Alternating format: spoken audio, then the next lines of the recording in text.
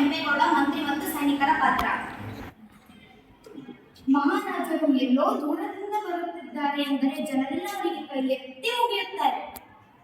ಅದಕ್ಕೆ ಜನರು ಅವರನ್ನು ಏಕೆ ಅಷ್ಟು ಸತ್ಕಾರ ಮಾಡುತ್ತಾರೆ? ಅಯ್ಯೋ ಕುಚೇಲ, ನಿನಗೆ ಅಷ್ಟು ತಿಳಿಯದೆ.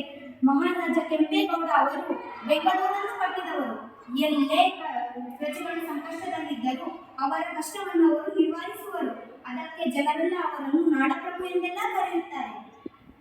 ಅದು ಏನೇ ಇರಲಿ, ನಮ್ಮ ಪ್ರಭು ಕೆಂಪೇಗೌಡ ಅವರದು ತುಂಬಾ ವಿಶಾಲ ಹೃದಯ.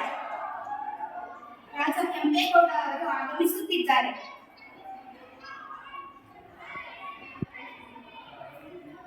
ಪ್ರಭು, ನಿಮ್ಮ ಆಸ್ಥಾನವನ್ನು ಸ್ವೀಕರಿಸಿ. ಆಸೀನರಾಗಿ.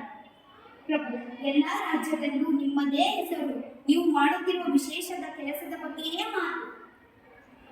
ಅದಾಗಿರಲಿ ಮಂತ್ರಿ, ನಿನ್ನೆ ಪೂರ್ವ ಸಭೆಯಲ್ಲಿ ಚರ್ಚಿಸಿದಂತೆ ಎಲ್ಲಾ ಪ್ರಜೆಗಳಿಗೂ ದವಸ, ಧಾನ್ಯ, ನಾಣ್ಯಗಳು ಸಿಗುತ್ತಿದೆಯೇ? ಪ್ರಭು, ದೊರಕಿದೆ.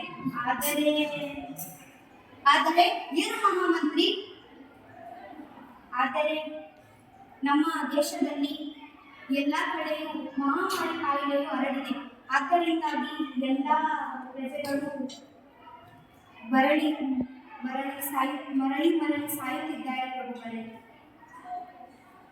ಇನ್ನು ಏಕೆ ತಡ ಮಾಡುತ್ತಿದ್ದೀರಿ ಮಂತ್ರಿ? ಕೂಡಲೇ ಆ ಸ್ಥಳದ ಮಹಾಪಂಡಿತರನ್ನು ಕಳುಹಿಸಿ. ಸಿದ್ಧತೆ ಮಾಡುತ್ತೇನೆ ಮಹಾಪ್ರಭು. ನಾವು ಗುಪ್ತಚಾರರಾದ್ದರಿಂದ ಈ ಮಾತನ್ನು ಹೇಳಲೇಬೇಕಾಗಿದೆ. ಕಳ್ಳತನ, ಮೋಸ, ವಂಚನೆ ಪಟ್ಟಣ ತುಂಬಾ ಹರಡಿ ಹೋಗಿದೆ. ಬೇರೆ ರಾಜ್ಯದಿಂದ ತರುತ್ತಿರುವ ಹಣ್ಣು ತರಕಾರಿಗಳಲ್ಲಿ ರಾಸಾಯನ ಸಿಂಪಡಿಸಿ ಮಾರುತ್ತಿದ್ದಾರೆ. ಇದರಿಂದಾಗಿ ನಮ್ಮ ದೇಶದ ಹಣ್ಣುಗಳನ್ನು ಯಾರು ಕೊಂಡುಕೊಳ್ಳುತ್ತಿಲ್ಲ ಮತ್ತು ಎಲ್ಲರೂ ಅಸ್ವಸ್ಥರಾಗಿ ಸಾಯುತ್ತಿದ್ದಾರೆ. ಹೌದು ಮಹಾರಾಜ, ನಮ್ಮ ಪಂಡಿತರು ಹೇಳಿದಂತೆ ಯಾವುದೋ ದವಸ ಧಾನ್ಯದಿಂದ ಹೀಗಾಗಿದೆ. ಆದ್ದರಿಂದ ಅವರಲ್ಲಿ ಯಾವುದೇ ಔಷಧವಿಲ್ಲ. ಇದು ಆ ರಾಜರಿಗೆ ಗೊತ್ತು. ಆ ರಾಜ್ಯದ ರಾಜರನ್ನು ಈಗಲೇ ಕರೆಸಿ. ಸಿದ್ಧತೆ ಮಾಡುತ್ತೇನೆ ಪ್ರಭು. ಕೆಂಪೇಗೌಡರೇ, ಬರ ಹೇಳಿದ್ರಂತೆ? ಹೌದು ರಾಜ, ನಿಮ್ಮ ದೇಶದ ವ್ಯಾಪಾರಿಗಳು ನಮ್ಮ ರಾಜ್ಯದ ಹಣ್ಣು ತರಕಾರಿಗಳನ್ನು ಕಲುಷಿತಗೊಳಿಸುತ್ತಿದ್ದಾರೆ. ಇದಕ್ಕೆ ಸರಿಯಾದ ಗಿಡಮೂಲಿಕೆಯನ್ನು ಮತ್ತು ಔಷಧವನ್ನು ನೀವೇ ತರಬೇಕು.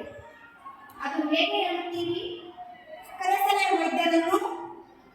ಬೇಡ ಕೆಂಪೇಗೌಡರೇ. ಸರಿ, ಕಳುಹಿಸಿ.